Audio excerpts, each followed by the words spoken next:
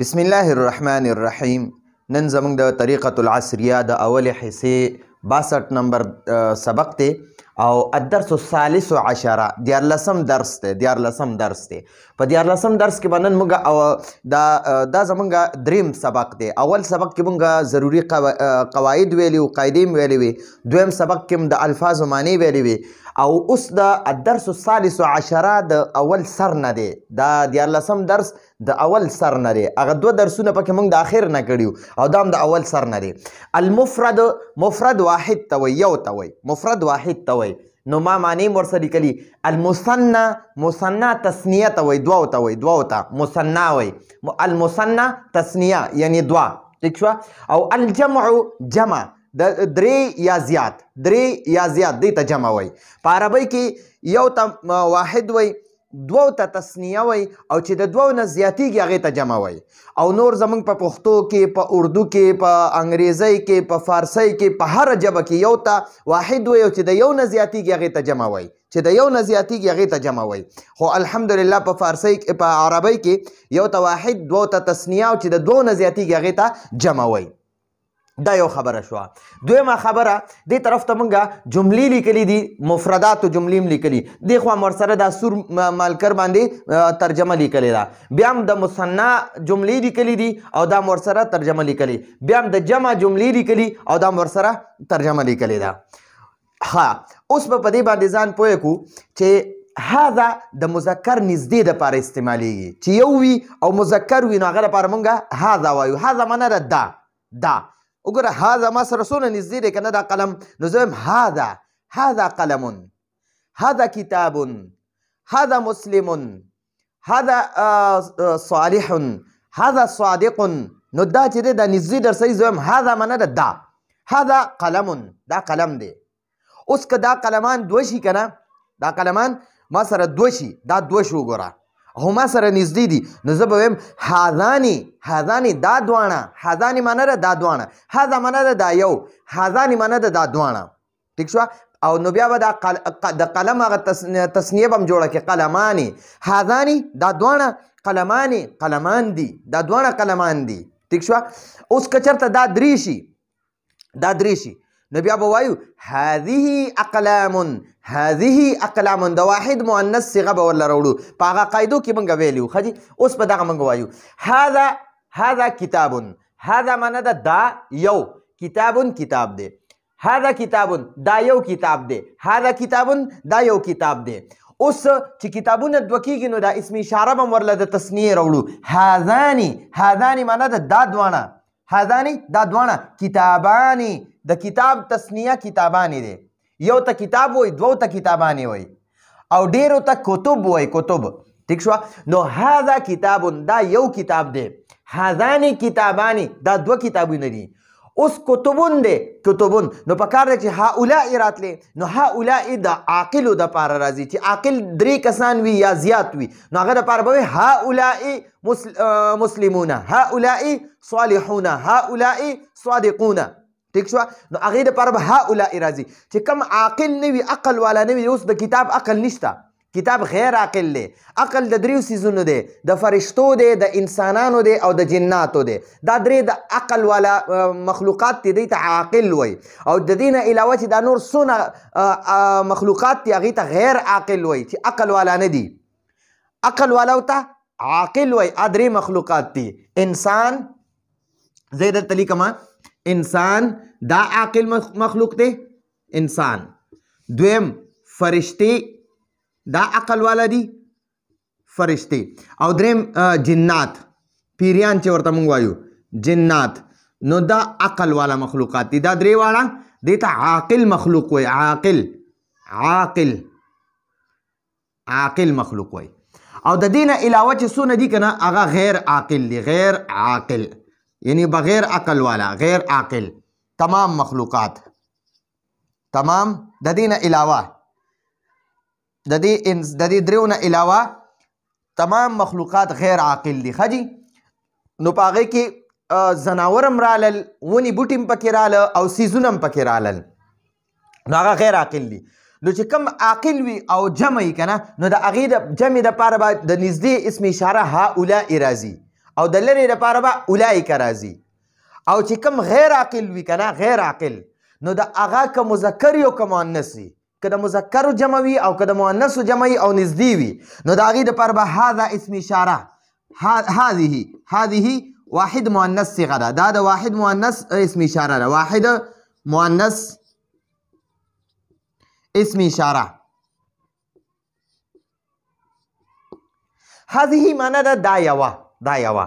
خو که دا سیزونه ډیر وي ډیر سیزونه وي نو د هغې د جمع دپاره به مونږ د هذه راوړو. ټیک شوه هذه. ها اوس دلته وایي هذا کتاب دا یو کتاب دی. هذان کتابان دا دوه کتابونه دي. هذه کتب دا ډیر کتابونه دي. هذه کتب دا کتابونه دي یعنی دا ټول کتابونه دي. هذه کتب یعنی دا ټول کتابونه دي. کتب ډیر کتابونه ته وایي. دریو ته یا زیاتو ته کتب وایي. اوس هذا قلم دا قلم دی. هذا قلم دا قلم دی. هذان قلمانی دا دوانه قلمونه دي. اوس په بیا د اسم اشاره د واحد مؤنث والا راوړو. هذه معنی هذه اقلام دا د قلم جمع ده. یو ته قلم وای دوو ته قلمان وای او د دوو نه زیاتو ته دریو ته یا زیاتو ته اقلام وای. نو هذه اقلام دا قلمونه دي. دا ټول قلمونه دي. هذه اقلام دا ټول قلمونه دي. نږدې دي را سره او ډیر دي درې دي یا زیات دي نو هغې دپاره به وایي هذه اقلام دا ټول قلمونه دي.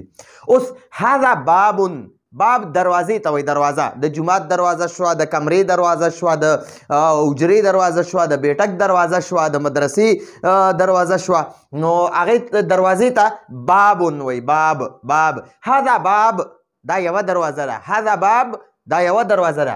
هذانی بابانی دا دوه دروازې دي. هذانی دا دوه بابانی دروازې دي. هذانی بابانی دا دوه دروازې دي. اوس ډیرو دروازو ته ابواب وایي. ابواب دریو دپاره هم ابواب استعمالیږي او زیاتو دپاره هم ابواب استعمالیږي. نو ته به ورته بیا هذه اسم اشاره راوړي. هذه ابواب هؤلاء ابواب به نه راځي. هؤلاء د عاقلو دپاره راځي چې عاقل جمع درې یا زیات وي نو هغې دپاره به هؤلاء مسلمون راوړي. خو چې کله سیزونه وي نو هغې دپاره به واپس دا اسم اشاره هذه راوړي. هذه ابواب دا ټولې دروازې دي. هذه ابواب دا دروازې دي یعنی دا ټولې دروازې دي. اوس وګورئ دلته کې وګورئ دلته دا باب مذکر دی. قلم مذکر دی. کتاب مذکر دی. نو دې دپاره اسم اشاره مونږ د مذکر راوړله. د اسم اشاره ورله هذا دا اسم اشاره دا یو مذکر. هذانی دا هذا یو مذکر. اوس که چېرته دا دې خوا سیز دا موږ سره مؤنث وي نو بیا به موږ هذه ورته لیکو. واحد دپاره به هم هذه لیکو او د جمع دپاره به هم هذه لیکو. ټیک شوه. نو هذه ساعة دا یوه ګړۍ ده. ساعه ګړۍ ته وایي. هذه دا ساعة یوه ګړۍ ده. نو دا ساعة مؤنث ته نو اسم اشاره ورله مؤنث واحد مؤنث راوړه. نو هذه ساعة دا یوه ګړۍ ده. هاتانی دوو سیزونو دپاره او مؤنث وي نو هغې دپاره به هاتانی لیکو. هاتانی زه به تاسو اوس دا اسم اشارې دلته هم لیکم. ما دې نه مخکې درس کې هم لیکلي وي. نو هاتانی دا دواړه ساعتانی ګړۍ دي. هاتانی ساعتانی. نو ګورئ دا ساعه مؤنث ده او تثنیه شوه نو دا اسم اشاره م والله د تثنیې مؤنث راوړه. ټیک شوه. هاتانی ساعتانی دا دواړه ګړۍ دي. او اوس ساعات ډیرو ګړو ته وایي. دوو ته ساعتان وایي او د دوو نه زیاتو ته ساعاتون وایي. نو بیا به ورله دا اسم اشاره واحد مؤنث والا راوړي ځکه چې دا د واحد مؤنث اسم اشاره چې ده نو دا د دغه دپاره وي د جمع مذکر وي او که جمع مؤنث وي او سیزونه وي نو هغې دپاره به هذه اسم اشاره راوړي. او د واحد دپاره هم هذه راځي. د واحد دپاره هذه ساعة د تثنیې لپاره هاتان ساعتان او د جمع لپاره واپس هذه به راوړي. هذه ساعات دا ټولې ګړۍ دي. هذه ساعات دا ټولې ګړۍ دي. هذه ساعات دا ټولې ګړۍ دي. اوس وګورئ دا شجرة بیا مؤنث دی. ګورئ ما تاسو ته ویلي د مؤنث غټ علامت دا دی چې اخره کې به ګول تاوي. د کوم اسم چې اخره کې ګول تاوي دا به مؤنث وي. ٹھیک شو نو بیا د مؤنث لپاره به هذه اسم اشاره راوړي د مذکر لپاره به هذا راوړي ٹھیک شو نو هذه شجره دا یو ونه ده یو بوټی دی هذه شجره دا یو بوټی دی یا یو ونه ده که څوک ورته بوټی وایي څوک ورته ونه وایي هذه شجره دا یو بوټی دی یا دا یو ونه ده هذه شجره دا یو ونه ده اوس که ونې دوه شوې نو بیا به ورته وایي هاتان شجرتان دا دواړه بوټي دي دا دواړه ونې دي دا دوه بوټي دي یا دا دوه ونې دي اوس چې د ونې یو ته شجر وایي دوو ته شجران یو ته شجره وایي شجرتون یو ونه دوو ته شجرتان وایي او ډېرو ته اشجار نو بیا به دا هذه اسم اشاره به ورله بیا راوړي هذه اشجار دا بوټي دي دا ډېر بوټي دي یا دا ټول بوټي دي هذه اشجار دا ټول بوټي دي هذه اشجار دا ټول بوټي دي اوس تپوس کوي لمن معنا د چا دی هذا الكتاب لمن هذا الكتاب دا کتاب د چا دی اول به ته د هذا معنی وکړي بیا به پسې په دوم نمبر باندې د کتاب معنی وکړي او اخیره کې به چې دا اولنی کم لفظ دی د معنی به وکړي لمن معنی د چا دی هذا الكتاب دا کتاب نو ته به داسې وایې هذا الكتاب دا کتاب لمن د چا دی هذا الكتاب لکه ویل کېږي خو به لمن هذا الكتاب لیکل کېږي به لمن هذا الكتاب ویل کېږي به اول د اسم اشاره بیا به د مشار الیه او بیا به دغه د سوال دپاره چې کوم لفظ استعمال شوی استفهامیه لفظ نو دې ته به دا به مونږ وایو لمن هذا الكتاب دا کتاب د چا دی لمن هذا الكتاب دا کتاب د چا دی نو وای هذه کتب محمود هذه نو دا هذه مرتولی وي ځکه چې د کتاب جمع ده کتابونه نو د کتابونو دپاره بیا اسم اشاره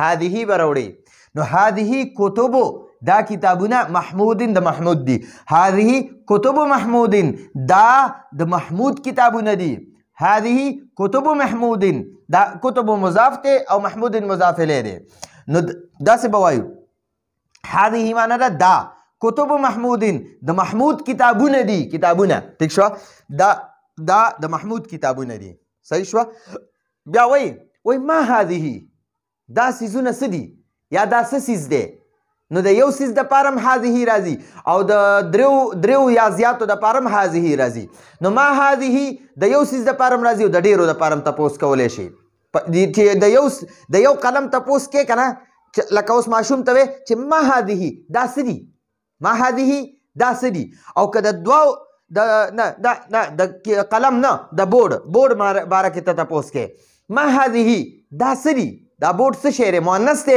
نو هذه به راوړې او که مذکر وي قلم مذکر دی نو ده لپاره ما هذا نو هذا قلم دا قلم دی او د بورډ مؤنث چیز دپاره تپوس کې یا د بوټي باره کې تپوس کې ما هذه دا څه شیز دی بوټی دی دا بوټی دی فرض کا ته ماشوم نه تپوس کې ما هذه دا څه دي نو هغه راته وایي هذه شجره یا هذه شجره دا ونه ده یا د ډېرو درې ونې دي یا زیاتې دي او د دې باره کې چا نه تپوس کې نو بیا به هم ما هذه سره تپوس کې د یو سیز باره کې به ما هذه مؤنث دپاره ما هذه تپوس کې او که ډېر سیزونه که مذکر وي او که مؤنث وي نو هغې باره کې به هم د ما هذه سره تپوس کې ما هذه دا سیزونه څه دي ما هذه دا سیزونه څه دي نو هذه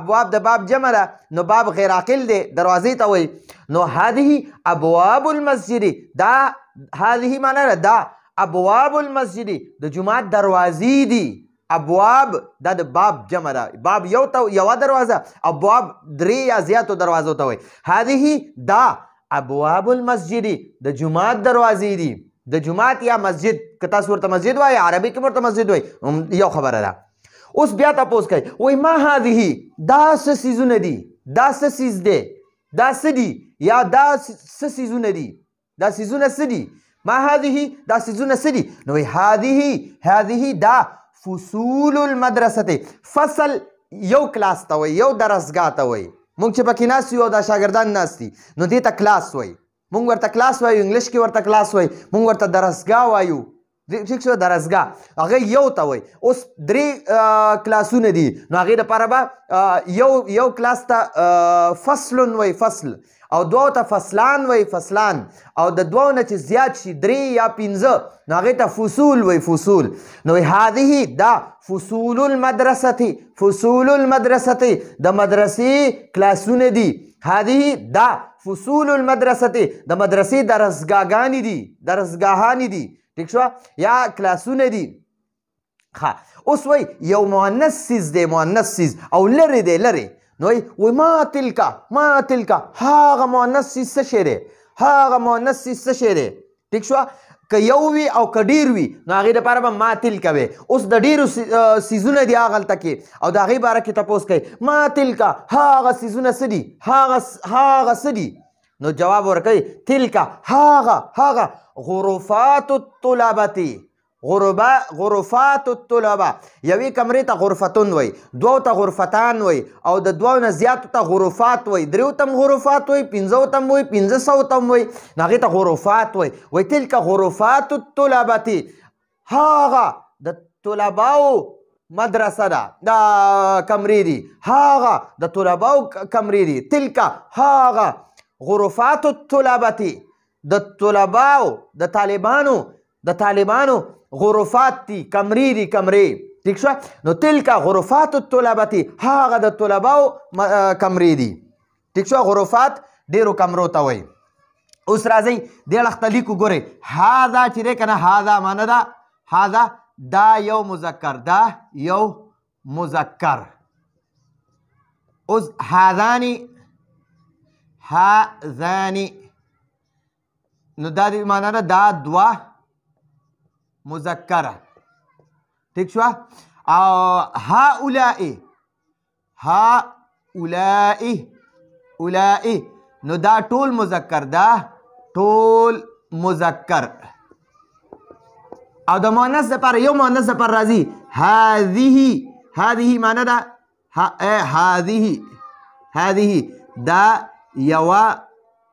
یوه مؤنثه ٹھیک شو او بیا د دوو دپاره هاتانی راځي هاتانی دا دوه مؤنثې دا دوه مؤنثې ٹھیک شو او د جمع دپاره همدقه هؤلاء راځي هؤلاء د مذکر دپاره هم راځي یعنی دا ټول سړي د هؤلاء ګوره دا د مذکر دپاره هم هؤلاء راځي او د مؤنث دپاره هم هؤلاء راځي نو دا ټولې